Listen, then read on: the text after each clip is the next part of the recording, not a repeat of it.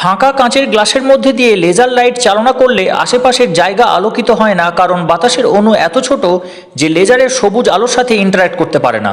কিন্তু গ্লাসটির ভিতরে একটি ধূপের সাহায্যে ঘন ধোঁয়ার সৃষ্টি করলে তারপর লেজার লাইট চালনা করলে দেখা যায় কাঁচের গ্লাসটি ফ্লুরোসেন্ট বাল্বের মতো জ্বলছে এবং সবুজ আলোয় আলোকিত হয়ে যাচ্ছে চারিদিক, যেটা ফাঁকা গ্লাসের ক্ষেত্রে হচ্ছিল না।